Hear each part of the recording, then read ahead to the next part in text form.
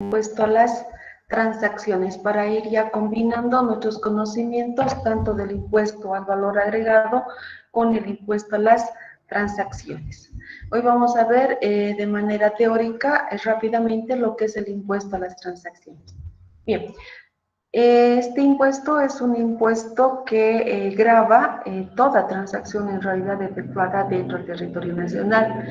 El marco normativo donde vamos a encontrar al respecto es obviamente la ley 843 en nuestro texto ordenado vigente, de los artículos 72 al 77.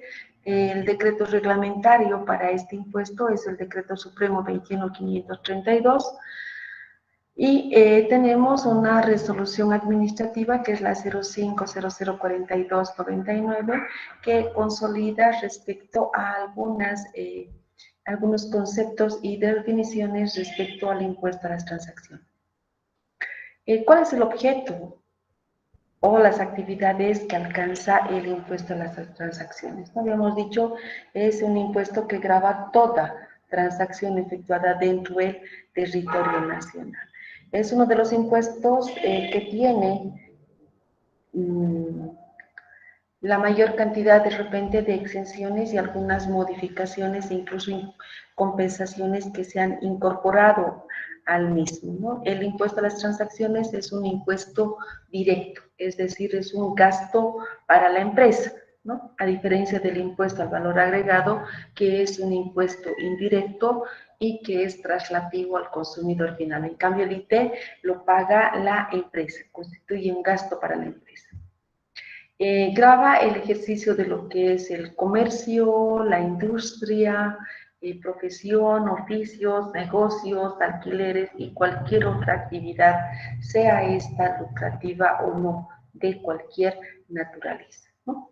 También grava los actos a título gratuito que suponga la transferencia de dominio de bienes, tanto muebles como inmuebles.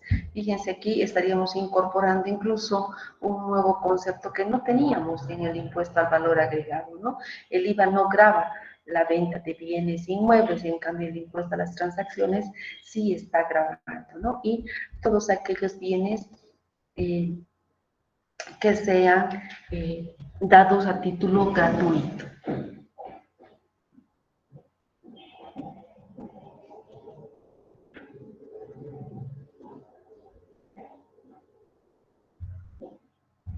El impuesto a las transacciones dijimos que es uno de los impuestos que tiene la mayor cantidad de exenciones, ¿no? Entonces, desde ese punto de vista, por ejemplo, tenemos como actividades liberadas del impuesto a las transacciones todo lo que son las ventas o transferencias que fueran consecuencia de una reorganización de empresa o aportes de capital, ¿no? Cuando hablamos de reorganización de empresas, nos estamos refiriendo a lo que es la fusión, escisión, división o cualquier forma de reorganización de empresas. Asimismo, están estas actividades que están liberadas, son las primas de seguro de vida, ¿no? No constituyen estas, no están grabadas por el impuesto a las transacciones.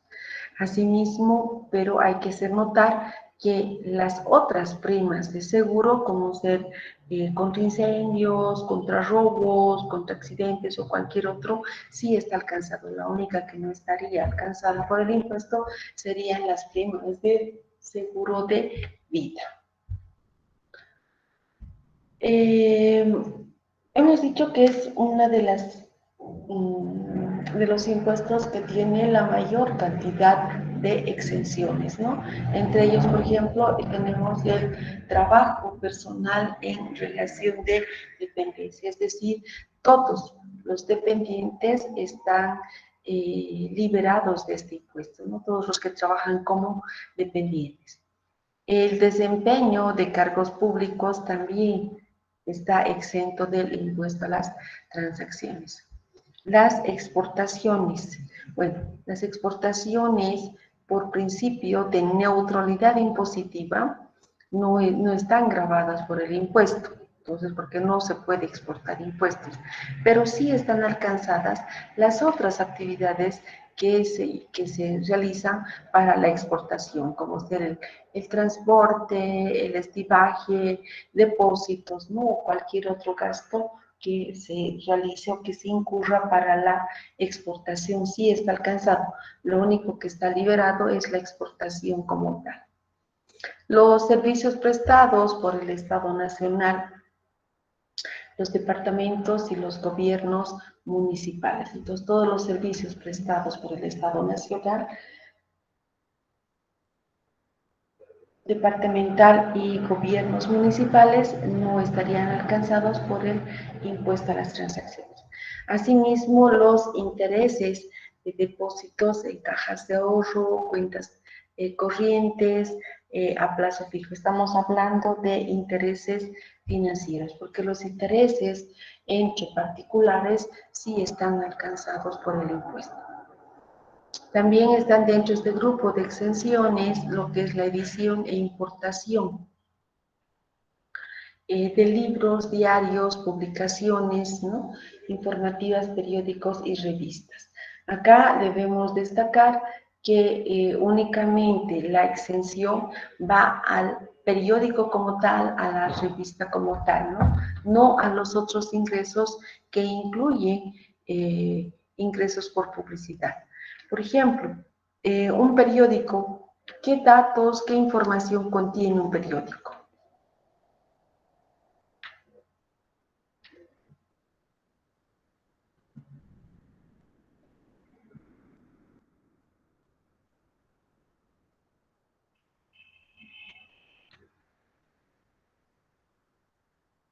¿Qué información contiene un periódico?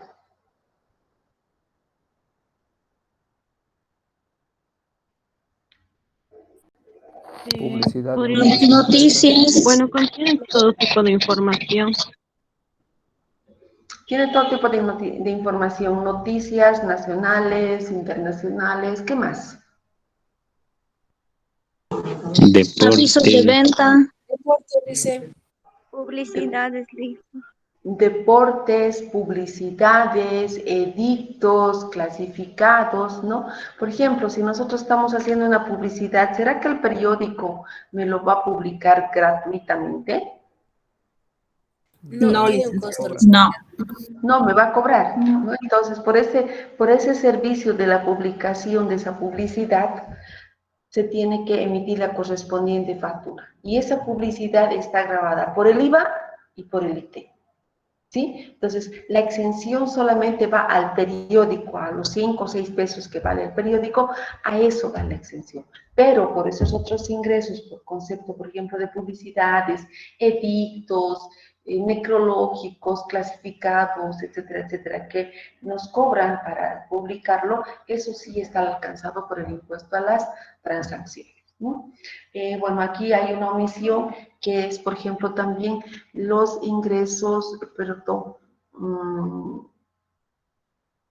los planes, todas aquellas instituciones educativas que estén dentro de los planes de enseñanza oficial, ¿no? Es decir, los colegios privados que estén dentro de los planes de enseñanza también están liberados. Pero lo mismo, aquí se debe reiterar que la liberación únicamente va a ir a la pensión educativa como tal, ¿no? Porque en los colegios suelen tener otros ingresos, como por ejemplo, venta de uniformes, no sé, alquileres, etcétera, etcétera, ¿no? Cualquier otro ingreso diferente de lo que es el ingreso por la pensión educativa está alcanzado por el impuesto, ¿no? A lo único que va la exención es al impuesto al ingreso de la pensión educativa, ¿no? Asimismo, están exentos las compras, ventas de acciones, debentures, títulos, valores que se realiza a través de la bolsa de valores o fuera de ella. Y la compra-venta de minerales, metales, petróleo, gas natural en mercado interno con destino a la exportación. y lo que es manifestaciones de arte, ¿no? Actividades ya sea de producción, presentación, difusión, de eventos de teatro, danza, música, pintura, escultura, etcétera, etcétera, pero la condicionante es que sean producidos por artistas nacionales, por artistas bolivianos, y además que esta difusión se dé también en ambientes de propiedad del gobierno departamental, gobierno nacional, ¿no? Asimismo, hay que hacer notar acá que estas actividades que son de difusión esta extensión tiene como objetivo que se puedan difundir, ¿no? Promoción de nuestros artistas nacionales. Ese es el objetivo de acuerdo a la ley del artista nacional. ¿Quiénes son los sujetos pasivos o las personas que están obligadas? Tenemos aquí a todas las personas naturales y jurídicas, empresas públicas y privadas, sociedades con o sin personería jurídica, incluidas las empresas unipersonales, es decir, todas las personas que realizan alguna actividad, alguna transacción dentro del territorio nacional están alcanzadas por el impuesto a las transacciones. El hecho imponible, el perfeccionamiento del hecho imponible es muy similar a lo que hemos visto en el impuesto al valor agregado, ¿no? Obviamente que en el IVA no tenemos inmuebles, en cambio en el IT sí tenemos ya la venta de bienes inmuebles, ¿no? Que dice que se perfecciona el hecho generador en el momento en que se está firmando la minuta o el documento equivalente o, en su caso, la posesión del bien, lo que ocurra primero, ¿no? En el caso de otros bienes, el momento de la facturación o entrega de bien, lo que ocurra primero, ¿no? En el caso de contrataciones de obra, el momento de la aceptación de cada certificado de avance de obra, ya sea parcial o total, o desde la percepción parcial o total del precio o de la facturación, lo que ocurra primero, ¿no? Entonces acá por cada certificado de avance de obra se perfecciona el hecho generador tanto del IVA como del IT. En el caso de prestaciones de servicio, el momento en que ésta se factura, ¿no? Ya se termine total o parcialmente la prestación o se perciba parcial o totalmente los precios convenidos, lo que ocurriese primero. En el caso de los intereses, acá no estamos hablando de intereses financieros, estamos hablando de los intereses entre particulares. Se da el perfeccionamiento del hecho generador el momento en que se está facturando o se está liquidando, ¿no? Para el caso de arrendamientos financieros, al momento del vencimiento de cada cuota. Entonces, en el arrendamiento financiero hemos dicho que es un alquiler con opción de compra. Eso es un arrendamiento financiero, un alquiler con opción de compra. Entonces,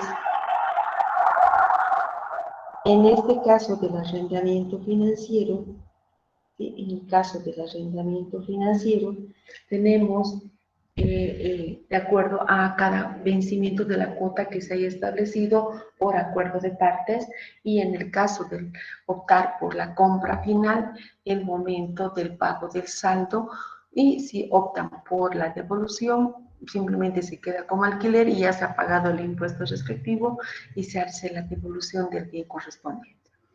Para el caso de transmisiones gratuitas, se perfecciona el hecho generador cuando se haya producido el hecho, es decir, cuando se transmite el dominio o la cosa o derecho transferido, ¿no? Y en el resto de los casos, en el momento en que se genere el derecho a la contraprestación. En realidad, este hecho imponible es exactamente y tiene el mismo perfeccionamiento en el mismo momento que se perfecciona para el IVA. Entonces, cuando tenemos perfeccionamiento del hecho generador para el IVA, también de manera simultánea se estaría dando el perfeccionamiento para el impuesto a las transacciones. ¿Sobre qué se calcula la base de cálculo para el impuesto a las transacciones? ¿No? Dice, se determina sobre la base de ingresos brutos de vengados. Ojo, aquí estamos hablando de ingresos brutos de vengado, no estamos hablando de ingresos netos. Cuando veíamos el IVA, decíamos, por ejemplo, ¿qué grava el IVA? El precio neto de venta, decíamos, ¿no? Es el total. En cambio, aquí el ingreso bruto que estamos percibiendo durante el periodo. Este ingreso bruto es el valor o el monto menos los valores monetarios o en especie de vengadas en concepto de venta de bienes, de distribuciones obtenidas por servicios, etcétera, etcétera, ¿no? Entonces, acá mi base de cálculo es mi ingreso bruto. En otras palabras, lo más habitual que nosotros podemos manejar es, por ejemplo, si hemos vendido en 100 y hemos rebajado, digamos, 10, nuestro ingreso bruto es 90, entonces el ITE va a ir a grabar los 90. En cambio, en el IVA vamos a determinar el IVA débito fiscal sobre los 100 y sobre esa rebaja determinaremos un IVA crédito fiscal sobre los 10, ¿no? Acá el ITE directamente menos ese descuento correspondiente.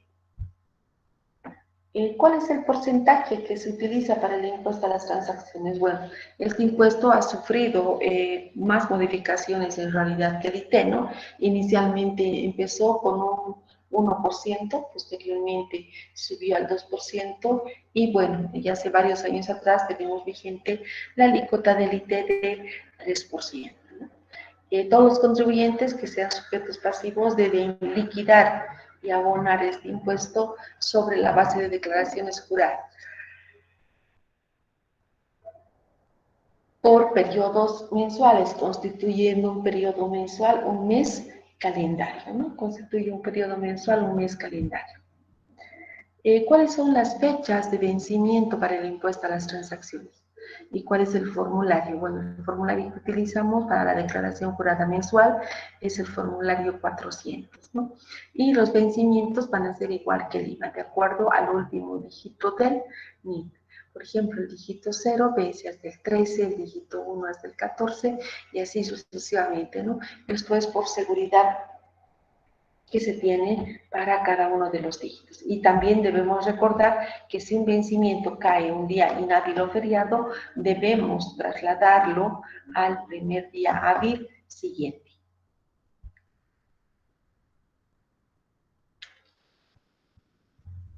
El impuesto a las transacciones es uno de los impuestos que se había sugerido que desaparezcan, ¿no? Pero sin embargo, se ha dicho el Estado, bueno, necesita generar recursos, por lo tanto, no hay que desaparezca este impuesto, sino más al contrario, cuando se sugirió, se dijo, bueno, ya no hacemos desaparecer, pero vamos a recibir como pago a cuenta el impuesto a las utilidades de las empresas liquidado y pagado por periodos anuales, ¿no? Y será considerado como pago a cuenta del impuesto a las transacciones. ¿A partir de cuándo? A partir del primer mes posterior, del periodo posterior a aquel en que se cumplió con la presentación de la declaración jurada y del pago del IVA, ¿no? Este impuesto anual será deducido como pago a cuenta cada periodo hasta su total agotamiento. Y en el supuesto, la segunda condicionante de que se produciese un nuevo vencimiento y quedase un saldo sin compensar, este debe ser consolidado a favor del fisco. ¿Qué formularios utilizamos? Bueno, utilizamos el formulario 400 para nuestras declaraciones juradas mensuales. Utilizamos el formulario 410, que son los formularios de retenciones, y el formulario 430, que corresponde a la transmisión gratuita de bienes. Puedes regalar todo menos mis impuestos, incluso en las herencias, ¿no? Aparte del impuesto a la sucesión y transmisión gratuita de bienes, debemos pagar un impuesto a las transacciones. Este impuesto a las transacciones, por ejemplo, tiene un vencimiento diferenciado de lo que es el impuesto a la transmisión gratuita de bienes, que muchas veces inducen o incurren en un error, ¿no? Por ejemplo, el impuesto a la sucesión y transmisión gratuita de bienes debe pagarse dentro de los 90 días de emitida la declaración, la declaratoria de herederos. En cambio, en el caso del impuesto a las transacciones, se tiene únicamente 10 días para el pago del impuesto a las transacciones correspondiente a la transmisión gratuita, ¿no? Este pago se lo debe realizar en cualquier entidad financiera y también a través de la oficina virtual que se tiene, ¿no?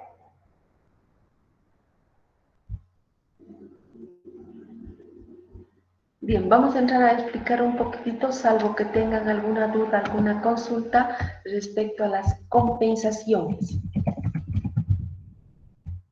¿Alguien tiene alguna duda del impuesto a las transacciones de la parte teórica?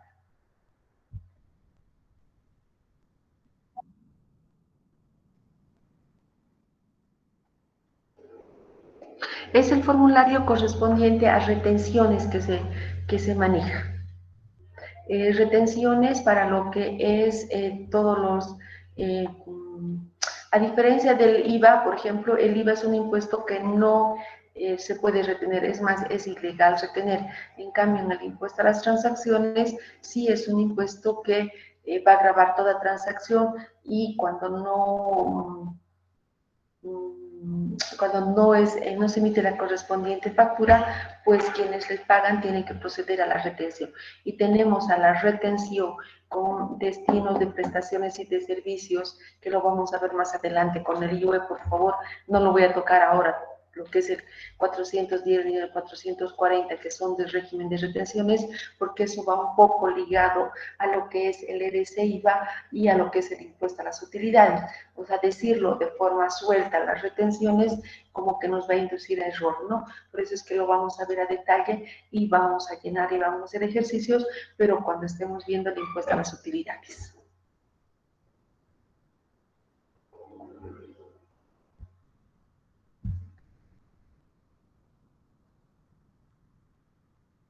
¿Perdón? Es el impuesto que se paga del impuesto a las transacciones por la transmisión gratuita de bienes, ¿no? O sea, juntamente hemos dicho en las herencias, cuando hay una herencia, aparte de pagar el impuesto a la sucesión y transmisión gratuita de bienes, tienes que pagar el impuesto a las transacciones, que es de dominio departamental, es decir, lo que se paga, eso va con destino a los gobiernos departamentales, ¿no?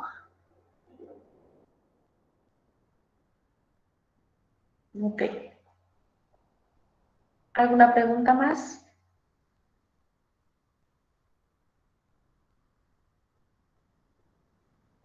Bien, vamos con lo que es la compensación para que quede claro, ¿verdad? En la compensación vamos a tener dos alternativas, ¿no? La primera alternativa que nos dice se compensará hasta su total agotamiento.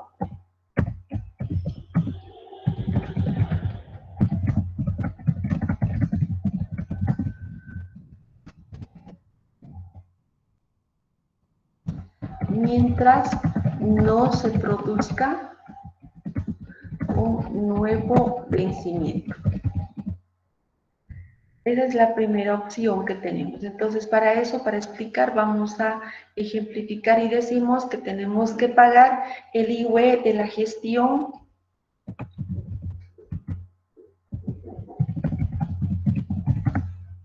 2020. ¿Ya?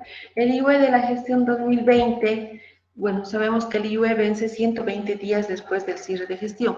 Entonces, ¿cuándo habría vencido el IUE de la gestión 2020? A ver, cuenten 120 días después del cierre de gestión.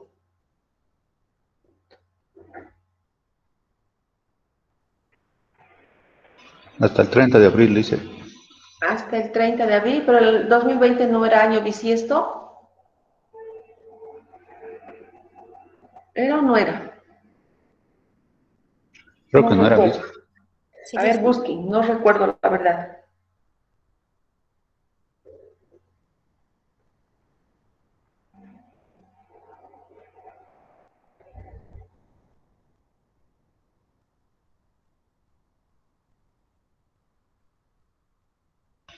Sí, Lisa, era bisiesto.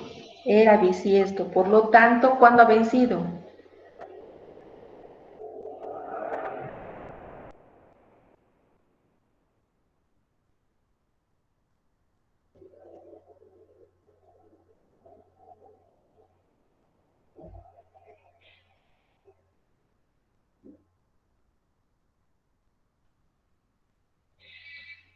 30 de Primero de abril. mayo. ¿Cuándo? Se recorrería hasta el 29 de abril. El 29 de vencimiento abril, del, dice. su vencimiento del impuesto del IVA y gestión 2020 ha sido el 29 de abril del 2021, haya sido su vencimiento, ¿sí? Y voy a suponer en este caso que hemos pagado un IVA de bolivianos, digamos, 30.000. Estoy suponiendo del IVA. Bien, me voy a hacer aquí un pequeño esquemita.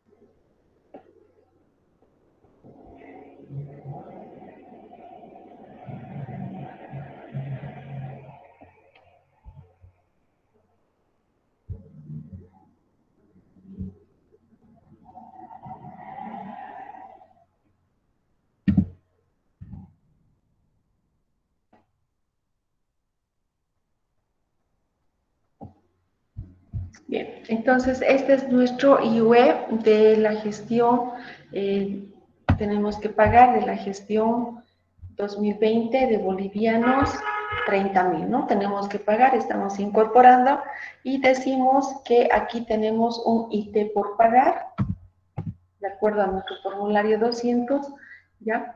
Y voy a partir, por ejemplo, del periodo abril, que es el periodo que nosotros vamos a pagar el impuesto.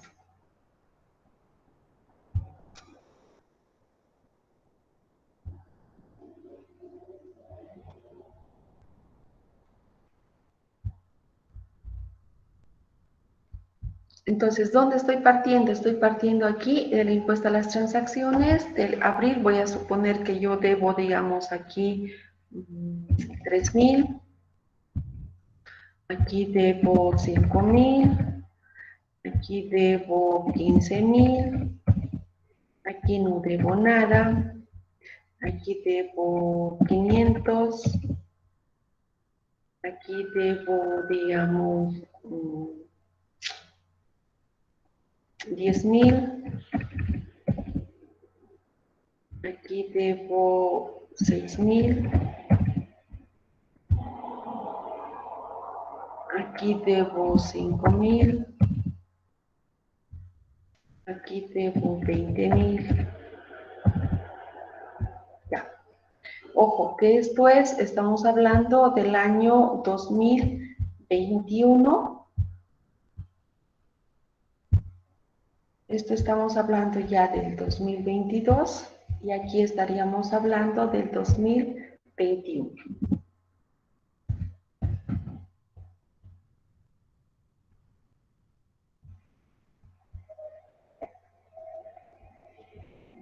Este es el impuesto a las transacciones que tenemos que pagar, pero también tenemos un IVA de la gestión pagado.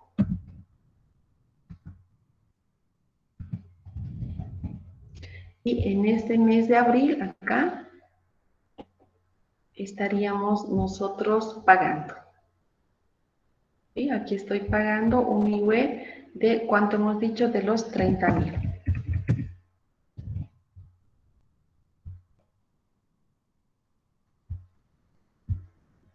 Sí, aquí estoy pagando mi IVA de los 30.000 por si acaso.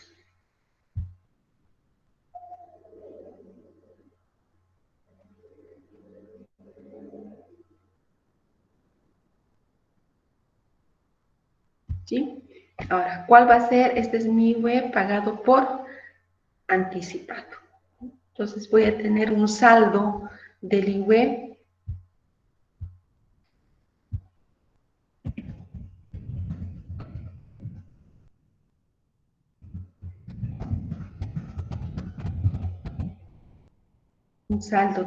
pagado por anticipado. Por si acaso, cuando se hace la compensación del IVA con el impuesto a las transacciones, se va a trasladar, pero sin, ojo, sin mantenimiento de valor.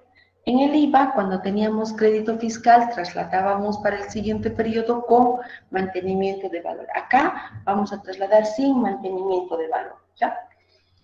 Si yo el mes de abril he pagado, perdón, tengo que pagar IT 3.000 y he pagado mi impuesto a las utilidades, ese mismo periodo yo no me puedo compensar. Es decir, por esto de abril tendré que hacer un pago en efectivo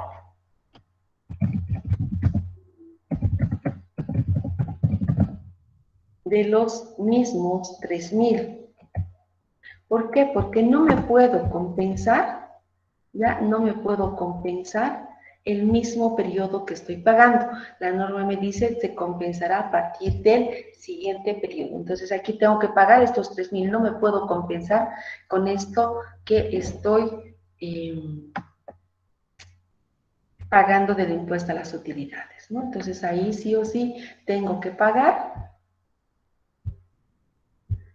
mi impuesto a las transacciones, ¿sí? Aquí no puedo compensar el mismo periodo.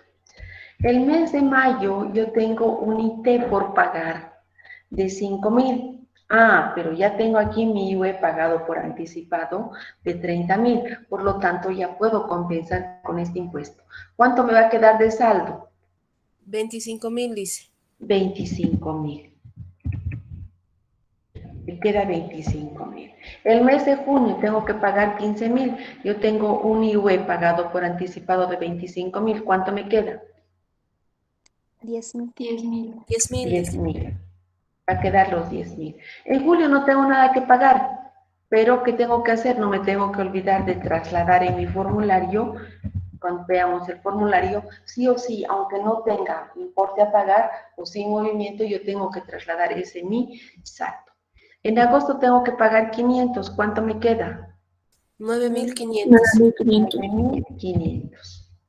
Fíjense que para septiembre yo tengo que pagar 10.000 y tengo 9.500. De hecho, aquí de saldo me va a quedar cero porque voy a utilizar todo.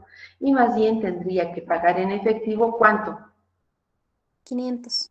500. Tendría que pagar los 500 en efectivo. ¿Sí? Y con eso estoy cerrando. Por eso dice, podrás compensar hasta que se acabe mientras no se produzca un nuevo vencimiento. Y un nuevo vencimiento está más aquí todavía. Entonces, mientras tanto, mientras no se acabe, hasta febrero, si yo tengo saldo, puedo seguir compensando. ¿Ya? Esa es la primera alternativa cuando nos dice se compensará hasta su total agotamiento mientras no se produzca un nuevo vencimiento. ¿Alguna consulta acá? Dice, la última parte, ¿por qué sobre 500? Disculpe. ¿Por qué sobra 500? Sí, dice, en el mes de septiembre. Porque mi impuesto a las transacciones por pagar, si tú te fijas, es de 10.000. Y yo solo tengo IVE anticipado 9.500. Entonces, quiere decir que para llegar a los 10.000 tengo que pagar en efectivo 500. Gracias, Lizzy. Ok, ¿alguna consulta más?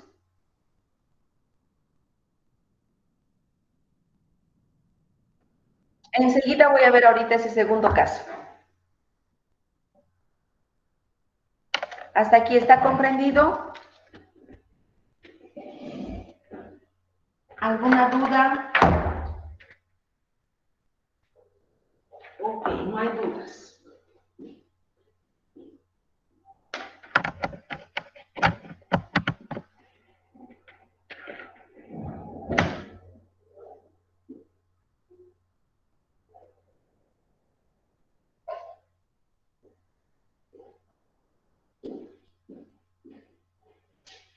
Bien, nos vamos entonces al segundo caso. ¿Ya? Voy a utilizar más o menos la misma estructura, pero ustedes por favor no corrijan, sino vuelvan a hacer. ¿Ya? Voy a usar la segunda posibilidad que se puede dar. Y la norma nos dice, de producirse un nuevo vencimiento,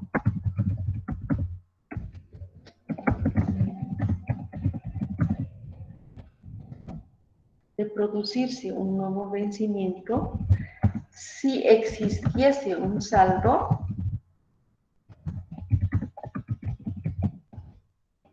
nos dice, este se consolidará a favor del fisco. ¿Ya? ¿Qué pasa? Que si ya llega el nuevo vencimiento del otro IUE y nosotros tenemos todavía un saldo del IUE por compensar, que no hemos terminado de compensar. Esa es la otra posibilidad. Entonces voy a trabajar aquí con el IUE de la gestión 2021. El IUE de la gestión 2021, ¿cuándo va a vencer? A ver, ¿cuándo va a vencer?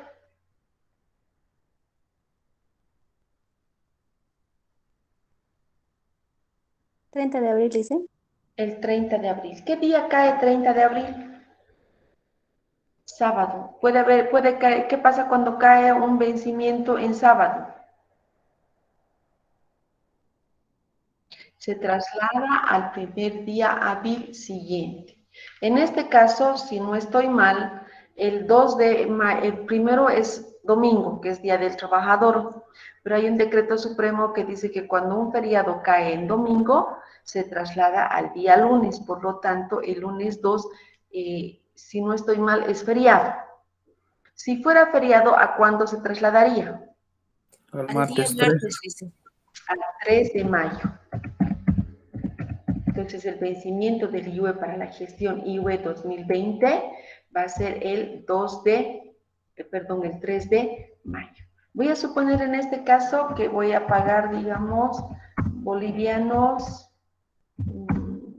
no sé, digamos, 45.000. ¿Sí? Voy a mantener los 30.000, perdón, voy a aumentarle aquí porque necesito que me quede un saldo. Vamos a modificar esto y lo voy a duplicar. Digamos que aquí pagué 60.000. ¿Ya? Y voy a mantener, simplemente aquí voy a hacer algunos cambios. Entonces aquí digo que debía del IT 2000, aquí debía por 4.000, aquí debía por 500, aquí debía por 1.000. En mayo debo, digamos, 7.000 y en junio debo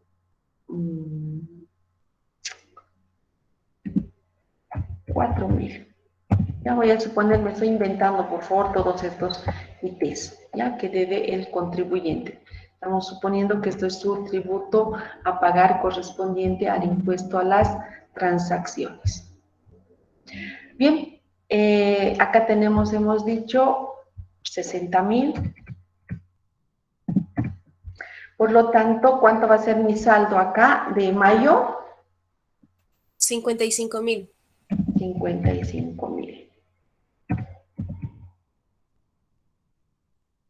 En junio, 40.000. 40.000.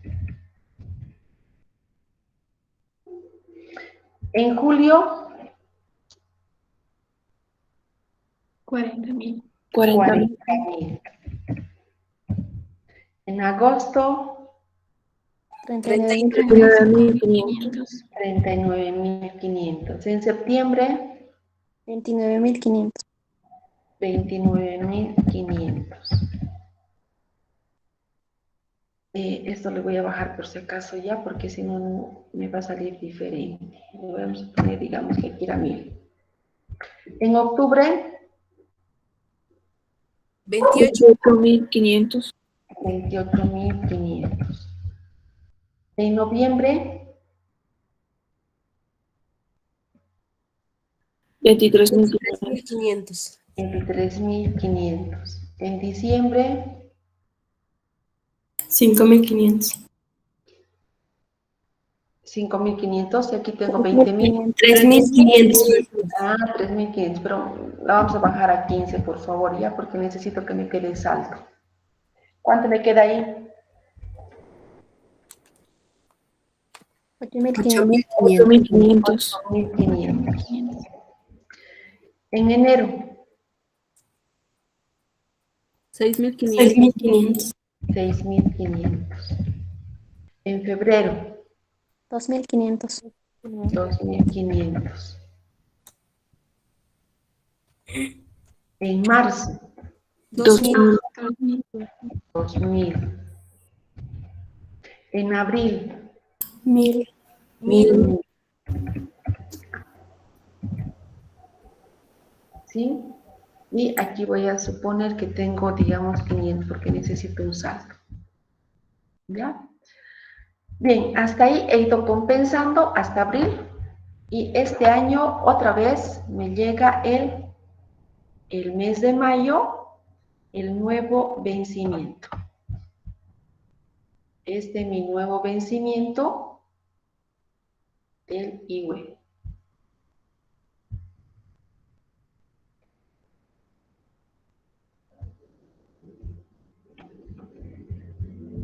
En este nuevo vencimiento del IWE, ¿cuánto tengo que pagar?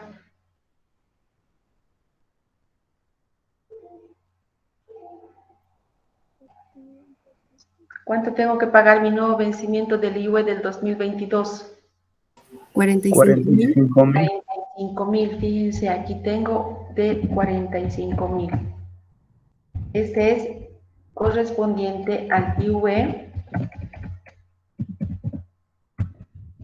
gestión 2021. Tengo que pagar 45.000. ¿Sí? Tengo que pagar 45.000. Ahí. Yo tengo un saldo todavía del IWE de 1.000 correspondiente a la gestión 2020. Dice, de producirse un nuevo vencimiento, el saldo se consolida a favor del fisco. Este mes de mayo, los 45.000, ¿yo me compenso o no? No, no puede compensar. No me puedo compensar, porque hemos dicho que es a partir del periodo siguiente. Entonces, ¿tengo todavía los 1.000? ¿Puedo compensarlo? Sí, tengo todavía, y aquí me va a sobrar 500. ¿Sí? Hasta ahí está bien. No me estoy compensando los 45.000, sigo compensándome estos 500 que tenía que pagar. Tenía un saldo del IUE de 1.000 y me compenso y me queda todavía 500. Ah, listo. Voy a pagar en mayo porque es mi vencimiento.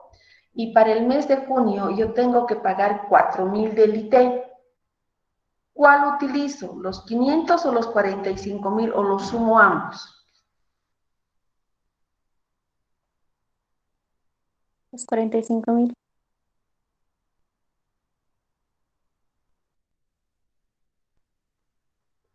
A ver, para que no sea 500, 500, aquí les voy a cambiar un poquitito y ustedes no se me confundan al estudiar.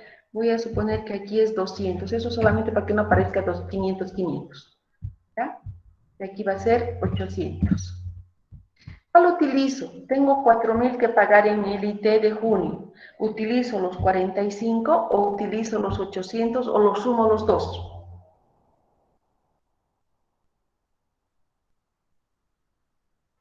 Los 45.000 tendría que compensar. Fíjense lo que dice aquí. De producirse un nuevo vencimiento, aquí está ahí con mi nuevo vencimiento, si existiese un saldo, me está diciendo este saldo, se consolidará a favor del fisco. Es decir, que en junio estos 800 ya no puedo usarlos. Esto, en otras palabras, se consolida ese saldo, lo voy a marcar con este color. Este saldo de los 800 ya no lo puedo seguir usando para el siguiente periodo. Voy a empezar a utilizar estos 45.000. Para eso voy a utilizar otro color, digamos, rojo. ¿Sí? Entonces, cuando yo tenga que pagar IT de junio de 4.000, ya no utilizo los 800. Porque aquí, ¿qué hacía? Tenía 2.000, tenía que pagar 1.000, me quedaba un saldo de 1.000. Tenía que pagar 200, tenía 1.000 del periodo anterior, me quedaba 800. Pero estos 800 ya no lo puedo usar porque ya se ha producido un nuevo vencimiento. Entonces, el que voy a utilizar va a ser estos 45.000. Entonces, ¿cuánto me va a quedar de saldo? 41.000. 41.000. Pero ojo, este saldo, fíjense, y está de otro color, este saldo corresponde a la gestión 2021. Ya no estoy utilizando estos 800. Estos 800 se consolida a favor del fisco. Y supónganse que yo el IUE no lo pagué, ya no lo pagué, porque no tenía plata, no lo pagué. Por más que tenga los 800, estos 4.000 yo los voy a tener que pagar en efectivo. Tendría que pagarlos en efectivo si yo no he pagado. Independientemente de que pague o no pague, yo voy a tener que pagarlo en efectivo si no lo he pagado. Si he pagado dentro de los plazos como corresponde, empiezo a compensarme esos 45.000 que hubiera pagado. ¿Sí? No sé, por favor, si queda comprendido esta segunda opción o alternativa cuando existe un saldo y se consolida a favor del fisco.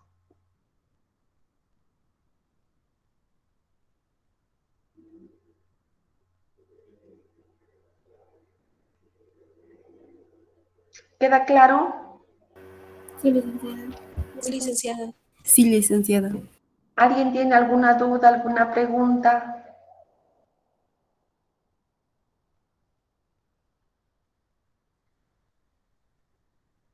Ya, entonces fíjense que estos 800 ya no estoy trasladando para compensar, ¿no? Ya no estoy diciendo 4.000 menos los 800. Directamente esto se anula, se consolida a favor del fisco y empezamos a utilizar lo que hemos pagado por la gestión 2021. Si yo no hubiera pagado aquí, pues no me tengo nada que compensar y tendría que pagar el impuesto a las transacciones correspondiente al mes de junio. ¿Ya? Bien, con eso habríamos visto, obviamente que de manera muy esquemática lo que es el impuesto a las transacciones y les toca ya a ustedes revisar, leer lo que es la normativa que hemos visto respecto al impuesto a las transacciones, es decir, y las recomendaciones que ustedes den una lectura tanto al artículo 72 al 77 de la ley 843, como al decreto supremo reglamentario, que es el 21532. ¿No? Denle una lectura y si tuvieran alguna duda respecto al marco conceptual, al marco normativo, pues me la formulan en la siguiente clase. ¿Ya? Queda como tarea para ustedes darle una lectura y además que para la siguiente clase vamos a trabajar ya de forma práctica con el llenado del formulario. Además, les sugiero que tengan a la mano, por favor, formularios 400, que vamos a llenar distintas alternativas, ¿no? Y aparte de llenar el 400, ya voy a ir haciendo ejercicios, tanto con el IVA como con el IT, ¿ya? Asimismo, para el próximo miércoles, no sé qué fecha es el próximo miércoles,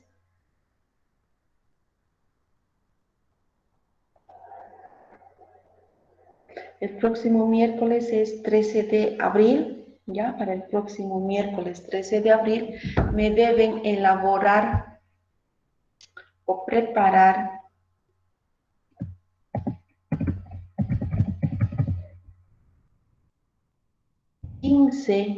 preguntas y respuestas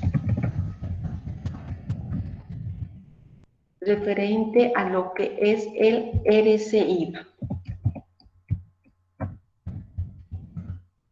Es decir, el régimen